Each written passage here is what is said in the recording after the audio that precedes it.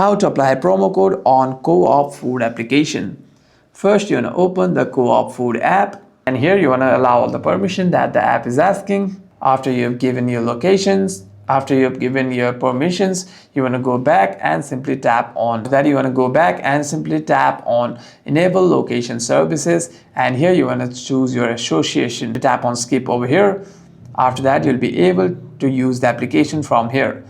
And if you have any items already added to your cart, you'll be able to see that over here at this local section. Simply tap on local and you'll be able to see all your orders over here. And if you tap on your orders, before you make your payment, you'll be able to see an option called apply for promo codes as an empty bar. You want to simply copy and paste your code on that empty bar to get some discounts or whatever the perk that the promo code is. So this video is helpful, and if you have any further questions, make sure to leave a comment down below.